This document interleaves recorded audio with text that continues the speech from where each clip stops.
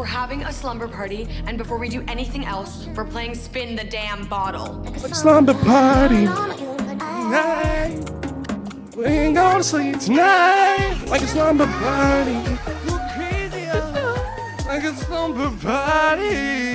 Hey, what's up you guys, it's me Luke and welcome back to another video, or if you're new here, welcome to my channel. If you're new here, I post commentary, reaction, and deep dive videos on movies, TV shows, and reality TV. This video is another installment in my series diving into the iconic short-lived 2015 slasher comedy show, Scream Queens. In this series, we recap the bizarre plot with iconic clips and quotes, and point out the many references from classic horror films, all while giving my commentary on these crazy characters and their ridiculous relationships. So far, I've uploaded 2 videos on season 1 of Scream Queens covering the first 5 episodes, so I will link them down below if you want to catch up and watch them or give them a rewatch. Throughout the ongoings of the Kappa Kappa Tau sorority sisters and the Dickie Dollar scholars being hunted by a team of masked serial killers, we'll be keeping track of who gets attacked and who gets killed by the Red Devil via our symbols here on my handy dandy mind map.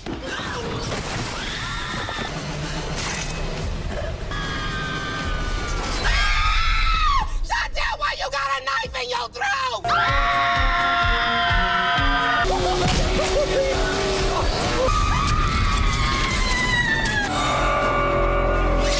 On this map, we'll also be tracking our characters' romantic and sexual relationships with one another, past and present. As you can see with some characters, they got a little more going on. We also have blue strings that are connecting characters that are related to one another. And finally, our red strings, which will connect killers to their victims. And let's not forget with this series, anyone can be a victim, and anyone can be the killer. You never know who you can meet online. The killer! He's the killer. The killer is everywhere. He sounds like he's the killer. The killer is on the loose. Don't let the killer get you! I'm not going to give too much of a recap of what happened in the last 5 episodes because you can always go and watch those videos linked down below, but I will provide a little bit of context when necessary, especially since it's been a couple weeks since those last videos. So we ended off the last couple episodes with Chanel being bailed out of prison by Chanel number 3 after she was ratted out by Chanel number 6, aka Hester Aldridge, for the murder of Miss 1 Agatha Bean, but Chanel number 6 pinned the blame on Chanel number 5, and Chanel believed this, so she sent Chanel number 5 out to her shining maze to light the jack-o'-lanterns, even though there was a curfew on campus, and Chanel went out with her twin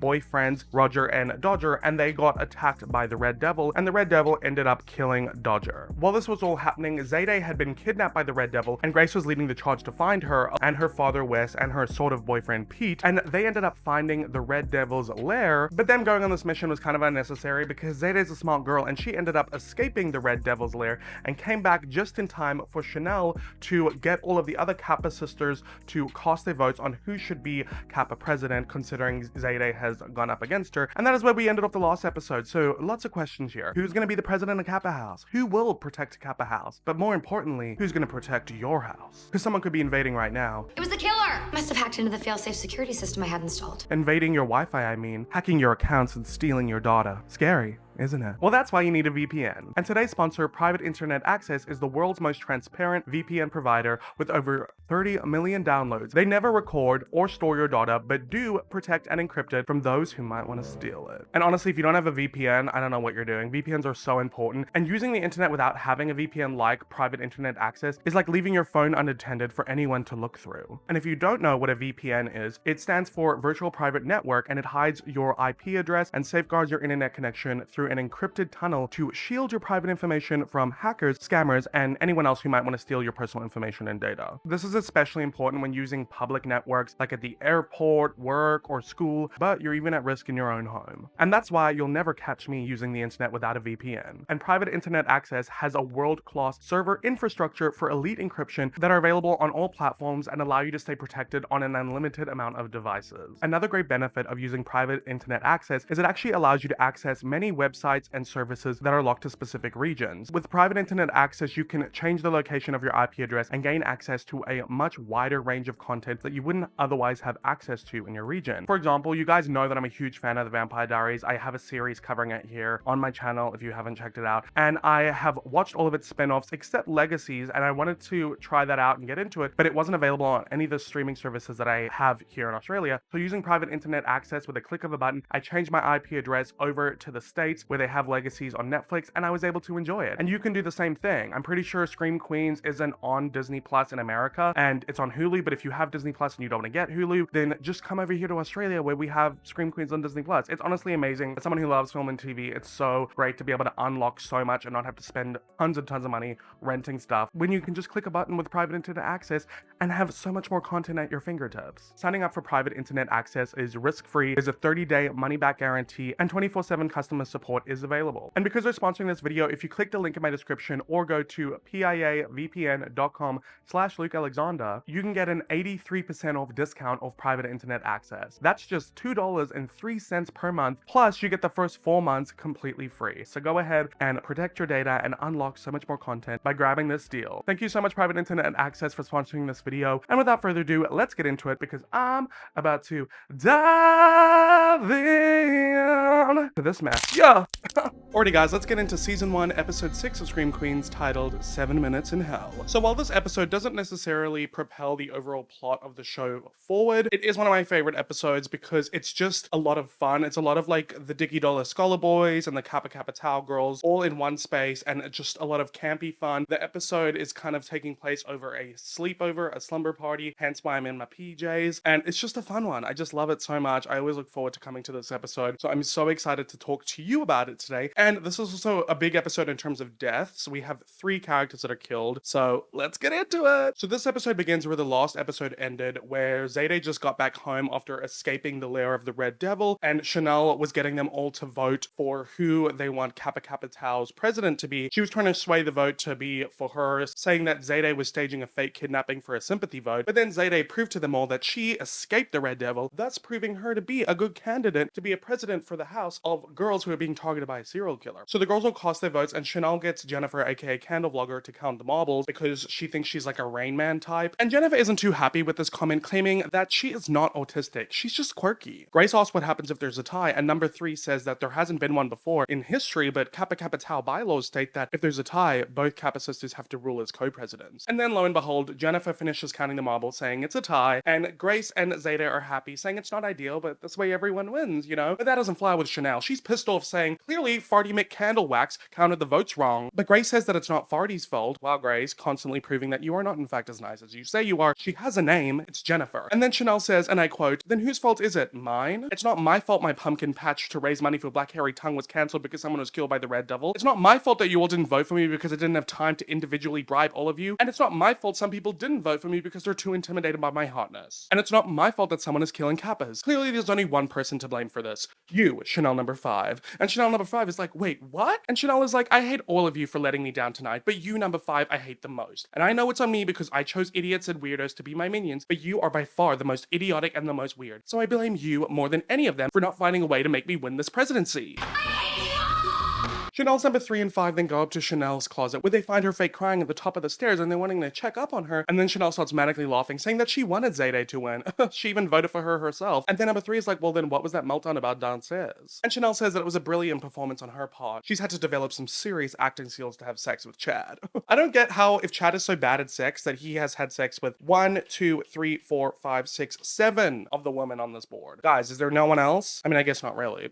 Number 5 asks Chanel if that means that she's not mad at her anymore, but Chanel says, oh no, she meant every word she said about her being useless, but she's just not sad about it. She starts descending the staircase, giving her little speech about her evil plan, saying, and I quote, see, I've learned a few things about watching documentaries about the mafia. The most important being, aside from to never trust anyone, especially those closest to you, is that you never ever want to be a boss in times of extreme crisis. As soon as you become the boss, then you've got a target on your back, from the feds, the other families, ambitious underlings. Sure, it seems like you have the most power, but you take on the most risk. Being president of Kappa House when there's a killer hunting down sisters of Kappa means you're the top target. I was actually hoping that one of you bitches would betray me and vote for Zayday so that she could win the whole thing, but this works even better, because when I go down and make peace with her and her pasty friend, I'm gonna look like a skinnier Angelina Jolie. Now, Chanel kind of lost me there at the end of her speech, but the bulk of the speech is really smart. When there is a serial killer targeting members of Kappa House, being the president of that house makes you the biggest target for said killer. This tie is like the perfect scenario because Chanel can put all of the focus on Zayday, but she still gets to somehow have her title. And she can do all the fun parts while getting Zayday to do all the hard parts. And then if Zayday dies, people will be like, wow, like you tried to help her and you were there along with her in the co-presidency. And then they figure out who the serial killer is, and then she's back to being president of Kappa Kappa Tau. So it all makes sense. sense. At least to me. We're on the same wavelength. We see each other. Number 3 takes us back a little bit, asking Chanel what the whole point of her pumpkin patch thing was. Was it just an elaborate plan to get Zayday killed? Because remembering the pumpkin patch took place after the curfew on Halloween night, so prime time for a serial killer, right? But Chanel says actually it was an elaborate plan to save a life, her own. And number 3 scoffs at her, and Chanel's like, oh, don't judge me for trying to stay alive. We know that's the only reason you're cozying up to predatory Les, because you think she knows karate or something. And number 3 is like, that's not true. I just like talking to her. She says cool stuff and knows things about stuff. And Chanel's like, are you a lesbian, number 3? Because while I can admit that predatory Les is hot in a if Bruce Lee was a DJ kind of way, I don't think we should be having sex with pledges. Well, it seems like everybody wants a slice of Sam. They can't deny her hotness. Anyway, Chanel tells the girls to follow her downstairs because it's time to implement phase 2 of Chanel Dies Last plan. I always poke myself in the eye with this thing.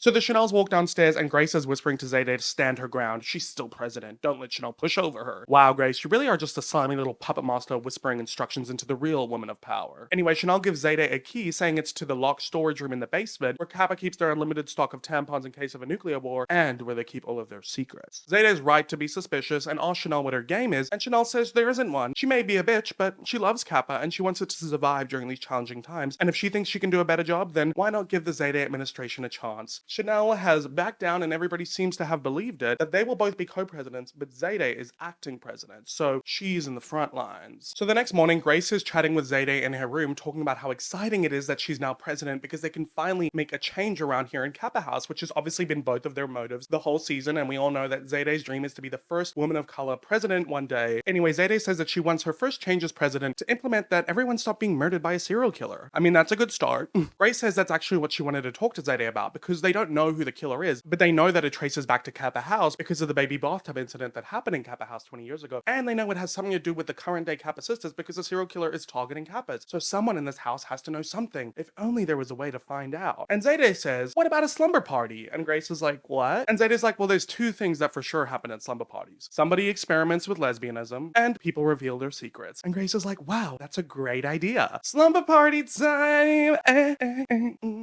What kind of slumber party person were you? I was the slumber party person who was keeping everybody awake. And everybody's trying to go to sleep. I was the slumber party person who couldn't keep their mouths shut. That was me. I was the last to go to sleep and the first to wake up. Needless to say, I did not get invited to that many, but moving on. Anyway, Grace says that Zayday's idea is brilliant because they can create situations and scenarios to really prime the pump, whatever that means. Like, I don't know, a big game of truth or dare. I'm so sorry, but I have to ask you, truth or dare? We cut to downstairs where Zayday is telling all of the Kappa sisters and pledges about their slumber party, and Chanel thinks that's a terrible idea, but number 3 tells her to shut up because it's an awesome idea and they have to play spin the bottle. And Chanel's like, why would we do that? There are exactly 0 dickies here. What? You heard me. I want to play spin the bottle. What'd I tell you? Someone always goes lesbian. She's like really adamant about this because she wants to kiss Sam, okay? They all cast a vote on whether or not to have a slumber party. A couple people don't really want to raise their hands, but number 3 intimidates them, so they do, and majority rules. So it's slumber party time. Ooh, what's that Britney Spears song about slumber parties? Like a slumber party night. We ain't gonna sleep tonight. Like a slumber party. Like a slumber party. My new neighbors are like, who the fuck moved in here? Okay, so over at the Dickie Dollar Scholar fraternity, Chad and his boys are watching Caulfield chugging a bowl filled with 4 liters of canned pasta with just his face, kind of like when you're bobbing your head for apples, because Caulfield famously and canonically got his arms chopped off by the Red Devil. And Chad's like, you're amazing, Caulfield. Don't let anybody try to tell you that you're disabled. Even though he is, and you guys are kind of making fun of him because he doesn't have any arms, like put some respect on his arms. Earl Grey then comes in. Remember, his personality trait is being the only British guy. That's why his name is Earl Grey, named after a famous British team. He comes in and he tells Chad, we've got to talk. I've been hearing some nasty rumors going around that you're having sex with the dean and a security guard. He actually doesn't talk like that. It's more like, we've got to talk, Chad. We've been hearing some nasty rumors about you sleeping with the dean and the security guard. I can't not speak like this when I'm doing a British accent. Like, I feel like the posh is way easier, but I can't bloody do it. Hey, Alfie, what are you doing around these parts, huh? What are you doing, huh? Looking for a munchkin, are you? What about you, Glinda? Where's your man? Oh, I wouldn't worry about that, Alfie. Every time I come in the room, his little wiener's defying gravity. Oh, Glinda, why don't you go kiss the wizard's ass? Wow, you got such a dirty mouth, Wolfie. No wonder you're green. Anyway, so Chad, with a huge grin on his face, confirms that those rumors are not nasty, but in fact true. Everybody's like, ugh. And he's like, what? Dean Munch is smoking. And that security guard, Denise Hamfield, what she does in the bedroom, it's amazing. And Roger asks, what about Chad's girlfriend, Chanel? And Chad's like, yeah, Chanel's like cool and all, but sex with her is really weird because there's so much crying. Which is weird that he said that, considering she said she was always putting on a performance. Maybe she thinks that he wants her to cry. But then again, he fantasizes about having sex with her corpse. So it's not crazy that she could be confused about what his sexual proclivities are. Anyway, I digress. Caulfield's like, listen, Chad, we've all been talking and we all think that it's like really weird that you just bang so many old chicks. And Chad's like, And he looks up at the Dickie Dollar Scholar insignia above the fireplace and has a moment where he says, and I quote, you know, you guys have really given me something to think about here. Well, I've always believed that one of the fun parts about college is sleeping with the faculty. I now realize that concentrating on porking popular girls is in our best interests. Therefore, I hereby pledge that I'm going to concentrate on my relationship with Chanel, because she's freaking hot as hell and her dad was a blunder for Mitt Romney. Earl then says, a little birdie told me Kappa House are having a slumber party tonight, so I propose a panty raid. And they all cheer, saying, let's go get those panties. Men are pigs. So it is the evening, slumber party time. Get out your pillows and popcorn and satin pajamas, because it's time to get down.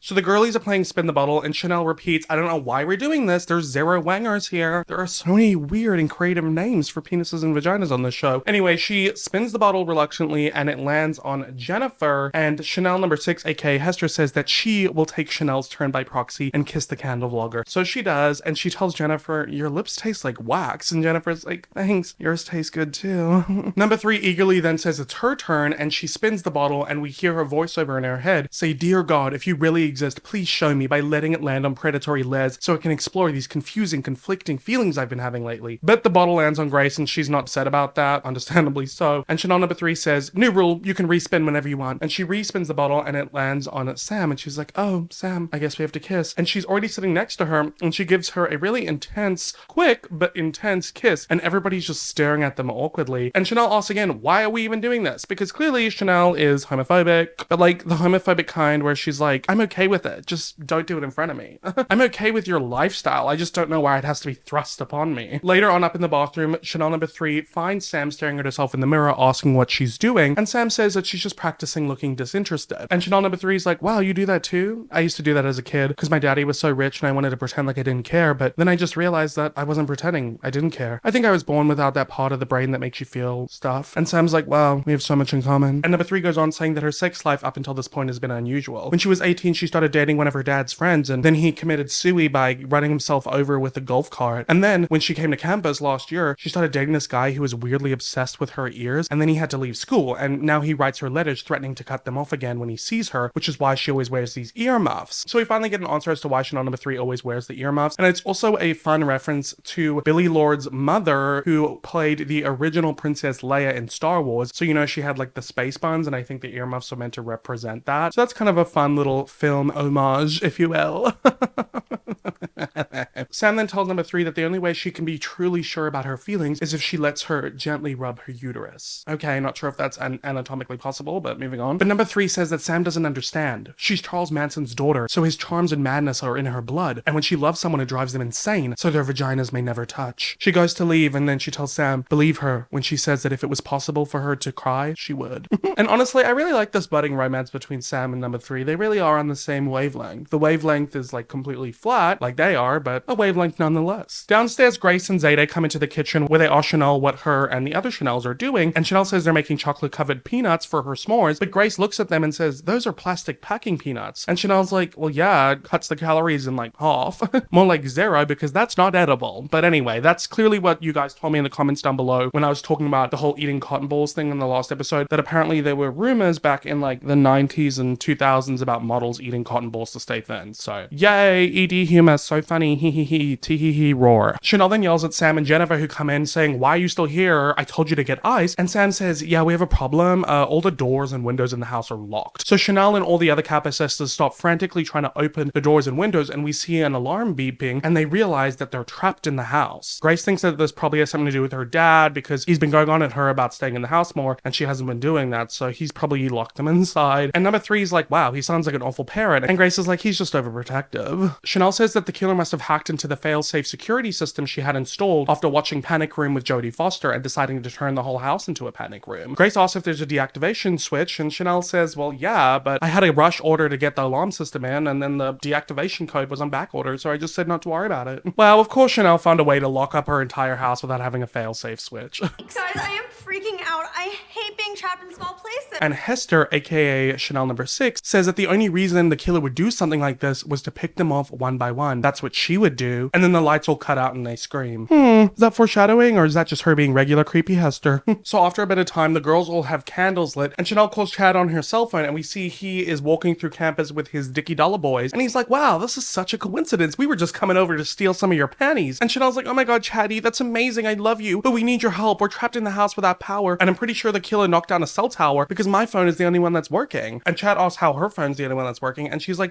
because it's a satellite phone. My daddy got it from Elon Musk. It's made for like space travel or something. My dad is super gross rich, Chad. I know, that's my favorite thing about you, baby. And Chad's like, but before I come over to save you or whatever, there's something I need to tell you. And he tells her about how he had sex with Dean Munch and Denise Hempfield, and he's prepared to apologize, but what he's not prepared to do is say sorry for the sex because it wasn't bad. And Chanel's like, what, Chad? Whatever, just come over before we get murdered. And he says he's on his way to save her, and she's like, I love you. But he's standing there awkwardly in silence. All the boys watch him and all the girls watch her. And then Chad says, I love you too, sort of, and hangs up. So Chad and his dickies are trotting outside Kappa House with the ladder that they're going to use to climb up and break through a window upstairs. And Roger's like, I thought you said that Chanel had the windows bomb-proofed. And Chad's like, yeah, just the downstairs one. It's not like a bomb's going to come flying in the upstairs one. And Caulfield's like, yeah, you mean like a missile? And Chad's like, oh, Caulfield, where do you think the Red Devil's going to get a missile from? Use your brain, idiot. But yeah, I mean, like, even if it wasn't a missile, a bomb would shatter all the windows, not just the bottom floor. But I don't have time to deal with the idioticness and idiosyncrasies.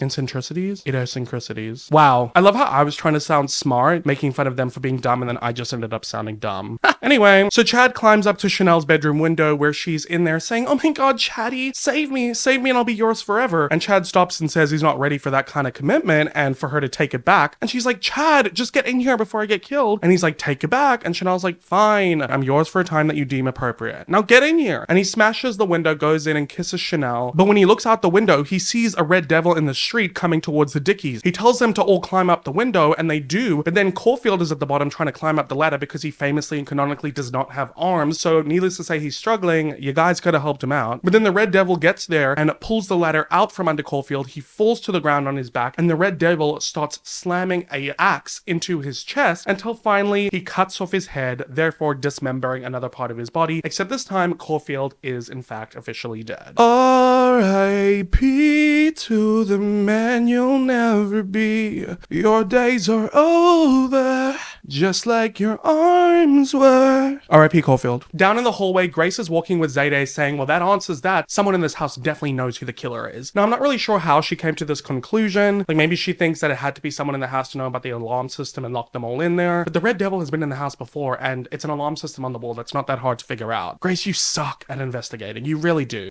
I was gonna say don't quit your day job, but she doesn't have a job. She's a student who doesn't go to class or do her work, so I digress. She's really not thinking that this is a good idea, and she asks Zayday what they're even doing here. Like, does she ever stop and think that maybe they're way in over their heads here, and they should just leave school? She's having a complete freak out, which honestly, fair enough, because I would have left that school after the first murder. But Zayday's like, girl, you're just having a crisis of faith. We all have that sometimes, but you need to get it together, okay? Because the truth is coming out tonight. So back inside the living room with all the Dicky boys and Kappa sisters, no one has decided to call the police for the person who was just murdered by the Red Devil outside. They just decide to go on with another game. This time, truth or dare. Zayday goes over the rules, even though they're self-explanatory, but she ends them off by saying, if you pick dare, then who knows? Maybe you have something to hide. We then get a really funny moment between Jennifer and Chad, which is an interesting duo we don't usually have. So Jennifer says, wouldn't you just lie? I mean, if I were the killer, I'd pick truth and then just lie. But Chad says the game's not called truth or dare or lie, just truth or dare. So if you want to lie, you gotta pick dare. But Jennifer says, no, you'd pick truth, then lie. And Chad says, you can't lie. That's the whole point of truth or dare. You can't lie. But I'm sorry, the game's pretty damn damn simple, okay? It's truth or dare, and if you pick dare, it's gonna be really suspicious, and I'm gonna think you had something to do with my sweet bro Boone dying, and my rad bro Caulfield getting his arms, and then his head chopped off. And Roger's like, and Dodger too, and Chad's like, seriously dude, you gotta stop whining about Dodger. Everybody agrees that that dude was holding you back. Nobody misses him. Now let's play a sweet game of truth or dare and find out who the killer is. Damn, far be it for Roger to be upset about his dead twin Dodger. But yeah, I just really loved that interaction with Chad being like so dumb and earnest, I guess, and Jennifer being so like truthful and matter of fact in her logic. If you want to lie, you can just pick dare. No, you pick truth and then you lie. Did that make sense? I feel like I sound like an idiot today. Like, the words escape me. I should just start making noises. And then the no. But the scene just gets so much funnier because then Chanel asks number 5, truth or dare, and she chooses truth, and Chanel asks her if her vagina has teeth. And number 5 is like, what? Chanel, that's insane. No, it doesn't. It's very much giving Cassie from Euphoria season 2, where she's like, what? I don't even know why she would say that. No, I don't even know why she would say that. You're lying. And Chanel looks to everyone like, I thought she wasn't allowed to lie. And number 5 says, my vagina doesn't have teeth. So Chanel rephrases the question saying, does your vagina still have teeth? And number 5 screams, no, it doesn't. And Chanel is like, no, it no longer has teeth, or no, it used to have teeth, but you got them removed. No, I didn't. So your vagina still has teeth. Which one is it, number 5? Sounds like you're trapped in a web of lies. I just love how Chanel constantly and consistently antagonizes number 5, and she's so good at like manipulating her words and getting her in this little trap. Anyway, Grace changes the subject because remember, her and Zeta are on a mission, and she asks Sam truth or dare. Sam chooses truth, and Grace asks Sam to tell them what Chanel number 3's darkest secret is. And number 3's freaking out, and we hear in her voiceover say, she knows I have weird feelings for her. She's gonna tell everyone, I just have to blurt it out. But then Sam says that number 3's darkest secret is that her father is Charles Manson, while number 3 says at the same time that she has weird sexy feelings for Sam. And they both look at each other shocked because Sam's like, OMG, she has feelings for me. And Chanel number 3 is like, oh my god, she revealed the secret that I'm Charles Manson's daughter. So you remember that from the last episode. I can't get into the minutia of how that exists, but her father is Charles Manson, she thinks, and she thinks that if everybody else knows that, they will automatically think that she is the killer because Charles Manson, notorious, famous American serial killer. I know you guys have a lot of them, but he's one of the big ones. So damn, not the Americans catching strays. I apologize. And Chad accuses Chanel number 3 of being the killer. She denies it, and he's like, of course you're the killer. Your dad's Charles Manson. And if you're not the killer, maybe you should give it a shot. You'd probably be good at it. Number 3 thanks him, but gets back to the real issue at hand because she's now pissed off at Sam and says it's her turn and asks her truth or dare. Sam chooses dare, and number 3 dares her to go down to the creepy Kappa house basement where they keep all of their deepest, darkest secrets and have a little nap in the bloody bathtub. And so Sam agrees and leaves, and Chad is loving this, saying, let's all take a break, reconvene, but let's go take a whiz, get our drink on, and play my playlist on the Bluetooth speaker. It's called Douche, because of course it is. So while everyone's doing this, number 3 follows Sam to the top of the stairs of the basement and gives her the keys to the storage room, and Sam apologizes, but number 3 says that she's sorry she ever trusted her. And Sam's like, what? I couldn't lie? Oh my god, Sam. Girl. It's so confusing sometimes to be a girl because you didn't stand up for your girl when she was willing to try being with the girls. So, what now? So? No, I'm saying What now? Sam asks number 3 if they can talk about what she said about her feelings in there, but number 3 says that the only feeling she has for her now is rage and pissed offedness. Now go sit in that bathtub and think about what you've done and try not to rub one out, okay? And try not to rub one out while you're down there, okay? And she gives her the key and locks the door behind her. So Sam walks down with a flashlight into the basement. It's all very creepy. While upstairs everybody is dancing and getting drunk. Very reminiscent of the 1995 flashback, because even when Sam gets down into the storeroom, she's looking at the bloody bathtub. But then she gets hit over the head by the Red Devil. The Red Devil puts her in the bathtub and she says, wait, if you're gonna kill me, can you at least please show me who you are? So the Red Devil takes off their mask. We don't see their face, but Sam does. And she says, I knew it was you. She begs for her life, but the Red Devil ends up suffocating her with a plastic bag. So you guys know I like pointing out all the different movie and horror references in Scream Queens. So according to my research, because I haven't watched every horror movie that exists from the 60s, 70s, 80s, and 90s, but Sam getting suffocated by a plastic bag at the girls' party is a reference to the film Black Christmas 1974, where the character Claire is killed the same way during a sorority party. So we love a reference. Comment down below if you knew that reference. And I also love when you guys tell me about references that I don't catch. So let's reference it up, you cinephiles. I've always thought that the word cinephile sounded too much like P-files, you know what I mean? I mean, cinephiles just means you love movies. Anyway, let's get back into it. We then go over to the kitchen where Chad is looking through the fridge for food and Hester shows up and he's like, oh my god, the Red Devil stole all the food and left nothing but wine coolers. He's trying to starve us to death. And Hester's like, no, no, there's nothing ever in this kitchen besides wine coolers and laxatives, Chanel's orders. She then whispers in Chad's ear that their erotic bonding session in the cemetery and their coitus interruptus in the haunted house gave her the impression that they're on the verge of being the next it couple. And Chad's like, I don't know what gave you that impression. And Hester's like, because you texted me, hi Hester, I think we're on the verge of being the next it couple. Love, Chad. And Chad's like, see, this is the problem with texting nowadays. You can't read the subtext. Honestly, I'm surprised Chad even knows what subtext is. Hester follows Chad around the kitchen saying that he's been spending a lot of time with Chanel, even though she decided not to wear a bra tonight, and he hasn't been staring at her shirt raisins once this evening. That's another word for boobs I've never heard before. Shirt raisins? Where did they come up with all these creative ways to describe body parts and genitals? Chad then tells Hester, and I quote, I was wanting to talk to you about this, but secretly I was hoping that you'd be killed and I wouldn't have to hurt your feelings, but I just don't think it's gonna work out between us. You're nuts, but not like the typical crazy-eyed co-ed, but more like the wake up with my penis in a jar lunatic. Now that puts me in a tough spot because that also means that you'd be the best screw of my life. I mean, it's that kind of insanity that means your muffin is like Space Mountain levels of fun. And I love Space Mountain, best ride at Disneyland, but I love my penis more. Hester gets really intense all up in Chad's face and is like, let me tell you two things about me. Number one, I never take second place, and number two, I don't stop till I get what I want. But then this hyper-specific speech gets interrupted by Chanel, who asks what's going on, but Hester plays all innocent, saying she was just grabbing a couple more wine coolers for her sisters, and she just tells Chanel how amazing she looks. Being imprisoned by a psycho killer in your own house really suits you. So she's done with her fake niceties, but from behind Chanel's back, she gestures to Chad that she's got her eyes on him. Chanel asks Chad if Hester was hitting on him, and he says totally. That's why he's glad that Chanel's here, because he's super turned on by Hester and he needs some sweet release. He asks if there's any cooking oil around because dry handies bum him out. Okay then. And Chanel's like, no, I have a better idea. Let's go back and join everyone. So back in the living room, Chanel tells all of the Kappa sisters and Dickie Dollar Scholar boys that they've all been through hell. So that's why she suggests that they all treat themselves to a little bit of heaven with 7 minutes of heaven. So that's obviously where the episode gets its title from, 7 minutes in hell instead of 7 minutes in heaven. The classic famous game where you take someone into the closet and make out with them for 7 minutes. Oh. I myself have never done this before, but I was doing other things in the closet, if you catch my drift.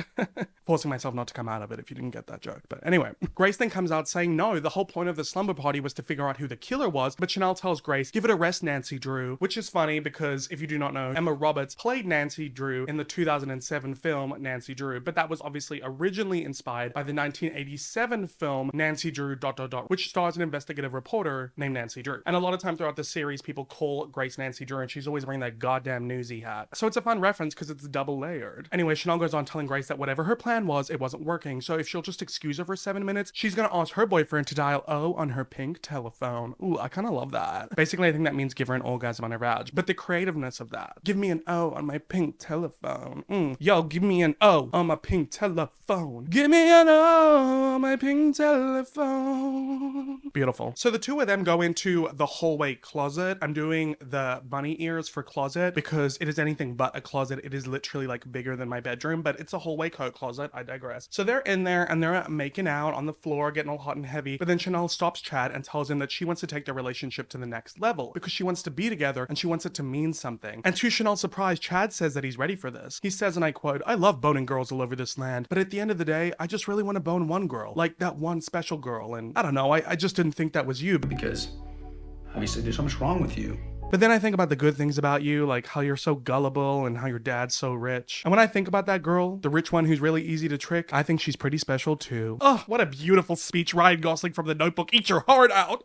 Chanel is so touched by this, because how could she not be? Avi, Chad is being a total sweetie pie. And she tells him that all of these people being murdered have really caused her to self-reflect and do a lot of soul searching, and she's become incredibly self-aware. I love how Chanel makes all of these people being murdered about herself. Honestly, main character syndrome, queen behavior. And she tells Chad that she has some respect for herself now, and the only way that she will be with him is if he pinky promises to be monogamous and not have sex with anyone else besides her. Chad really thinks on it for a moment, ums and ahs, but he flicks pinkies with Chanel and agrees to be monogamous. So let's see how long this lasts. But they then get interrupted with Chanel number 5 banging on the door saying that their time's up and it's her turn, and she drags Roger into the closet with her. Chad and Chanel have gone back to their living room with everyone else, but then everyone hears a scream and they run downstairs to find Hester with Sam's dead body in the bathtub. And she says that she ran down there to check on her to see if she needs anything, but she doesn't because she's obviously dead. But Chanel says that if predatory Les is dead and all the windows and doors are locked in the house, that means the killer is inside the house. And she walks over to Hester saying that her money is on her being the killer because it's pretty suspicious that she was alone when she found Sam's dead body. Hester says she'd be offended by that accusation if she wasn't so flattered that Chanel was thinking of her, and Chanel is over this whole Hester kissing her ass shit, so she's like, knock off the neck brace in the headlights act, because obviously Hester for most of the season was wearing a neck brace, a little funny, and she's like, you're the darkest bitch of them all. Number 3 told me how you ratted me off to Dean Munch about the murder of Miss Bean. But Hester says she never did that, and besides, it doesn't make any sense that she would, considering everything she's done for Chanel. Miss Bean, Chanel number 2, she would be opening herself up to a lot of trouble if she turned Chanel into the authorities. So this is obviously referencing how Hester helped Chanel cover up the death of Agatha Bean and Chanel number 2, aka Sonia. Grace says that they shouldn't all be accusing each other of being the killer without proof, although it is suspicious that Hester was the first one to find the body alone. Okay, Grace, pick a side, girl. So Hester says that if they don't believe her, then they should just nominate someone to stand guard and watch her the rest of the night, or until someone dies, therefore proving that she cannot be the killer, and she nominates Chad. But Chanel says, no way, we're gonna lock you up in my closet until we find a way out of here. Upstairs in the hallway closet, Chanel is kissing Roger, and he's like, this feels good, and she's like, I know, right? And she's about to kiss him again, and he's like, no, I mean Dodger being gone. And she's like, what?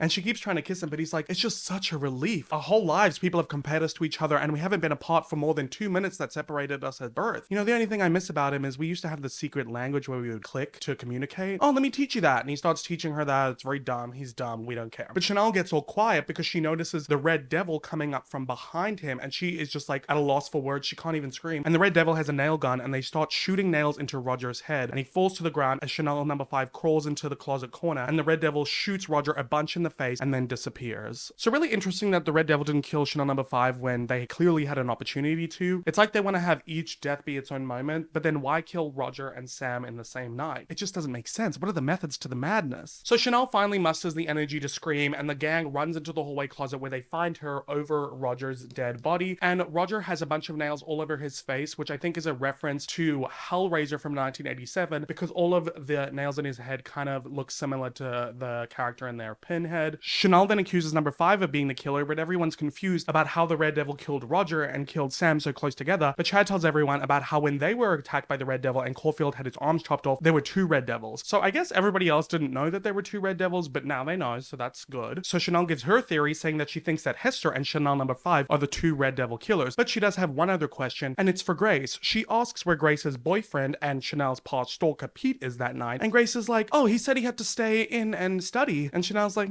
that's interesting. So this is kind of the part of the show where everyone just starts accusing each other of being the killer. It's really ridiculous, but it's a lot of fun. While all this is happening, Chad has found a trap door into the ground that leads to some secret tunnels underneath the Kappa house. And Chanel isn't surprised, clearly having known about this, which is pretty suspicious because this whole time she knew about the tunnels, therefore knowing a way of how the Red Devil was getting into the house and a way that they could have all escaped. Why was she keeping that to herself? Or did she merely just not remember? Questions. You're asking the wrong questions. Anyway, Zayday calls Chanel out on this, on why she didn't tell them all about these secret tunnels, and she is going to go down there to find a way out. Grace thinks that this is a crazy idea, but Zayday is really adamant about it, and nobody wants to go with her, but Chanel says she will, because they're co-presidents of this house, and what happens under this roof is their responsibility. Okay, she's putting on her little presidency act-ish. Chad goes up to Chanel, embracing her, saying that if she gets murdered in those tunnels, he promises that he will never bang anyone harder than he's banged her. And Chanel is like, oh, Chatty. I love you. You're so rich and hot. Romance is not dead, guys, honestly. It really isn't, and the show is proof of that. Anyway, so Chanel and Zayday are walking down the stairs into the tunnel with candelabras, and Chanel starts telling Zayday about the history of how these tunnels were built by a past Kappa president like a century ago, and this is where they held their history. And she then flicks on some lights, and we see really built-out tunnels. These are not some raggedy-daggedy Paris catacomb tunnels. Like, this is Gorgina. Like, it is Architectural Digest, Hi AD, welcome to my tunnels vibe. You know what I mean? Like, tunnels under Ocean Boulevard, more like tunnels under Kappa Kappa's house, sorority house on Wallace University campus, Ohio. Although some people were saying it was in Louisiana, but from my research that doesn't make sense, but I digress. Anyway, so Chanel is looking at all the different portraits of the previous Kappa presidents, each more horrible than the next, and Zayday is not impressed, sarcastically saying, I wonder what our legacy will be. And they're spending a lot of time doing this, and I really think that we're losing the plot here. Like, do we not remember that there's a serial killer possibly running around these tunnels, and we're having a little history lesson? But they get reminded because then the Red Devil comes up from behind them, dragging an axe with each arm along the walls of the tunnel, sparking up flames from the friction. It is honestly such a cool scene. The girls start running, but Zayday trips over herself. I don't know how. She's wearing flats and Chanel's wearing heels, but I digress. And Chanel just leaves Zayday there running off. And the Red Devil catches up to Zayday and starts swinging the axe at her, trying to like chop her apart. But Zayday does some serious kung fu moves, like dodging that axe. It's kind of like when Gigi was dodging the Red Devil. Like, how are these people so good at dodging chainsaws and axes? Like, where did they learn this? The Red Devil finally pins Zayday up against the corner and has an axe on either side of her throat when Chanel comes up from behind the Red Devil, hitting them over the head with a glass lantern, and they pass out, and she grabs Zayday and they run out of the tunnels up through what looks like a sewer drain into the front lawn of Kappa Kappa Tau house. And Zayday's like, oh my god, you came back for me. And Chanel's like, it was purely selfish. If I'm gonna survive this thing, I need the numbers. Okay, I have a lot to say about what just happened here. First of all, is Chanel starting to like Zayday? Question for the culture, because the whole point of her motive at the beginning of the episode was, I don't want to be the only president because that's who the killer's going to target. If I have Zayday, like the killer will kill her and I can survive. And prime example, Zayday was going to get killed, but you went back and saved her, even though that was like the whole point of it. Unless she's wanting to like prolong Zayday's life so she's still the front target, because when she's saying I need numbers, does she need numbers so that there's more people to kill before her? You know what I mean? There's more targets for the serial killer. I don't know, so many different things here. But I think maybe she was connecting with Zayday in this moment about like their legacy and what it will be and all this kind of history crap, because the way that it was coming across was like somewhat sincere, for Chanel at least. Another thing, this whole tunnel situation and the whole episode really of like these fraternity boys and these sorority girls trapped in a mansion is heavily inspired by a film that I've not watched, but I've done my research on, and it is a movie called Hell Night from 1981, which, you know, maybe that's also partly what inspired the title of this episode, 7 Minutes in Hell. So the synopsis of this film, basically very similar to this episode, is 4 college fraternity and sorority pledges spend the night in a deserted old mansion as part of a hazing ritual during a Hell Night, where they are stalked by the only survivor of a family massacre from the mansion's sordid past. So they're being chased around this house, and there are tunnels under the house that they get chased in. The killer has like an axe, so it's very much inspired by that. So we love our references here, even though I feel like a really bad cinephile because I haven't watched some of them, but they're on my list. They're on my list. So comment down below if you have watched 1981's Hell Night. I have watched Nancy Drew, the 2007 version with Emma Roberts.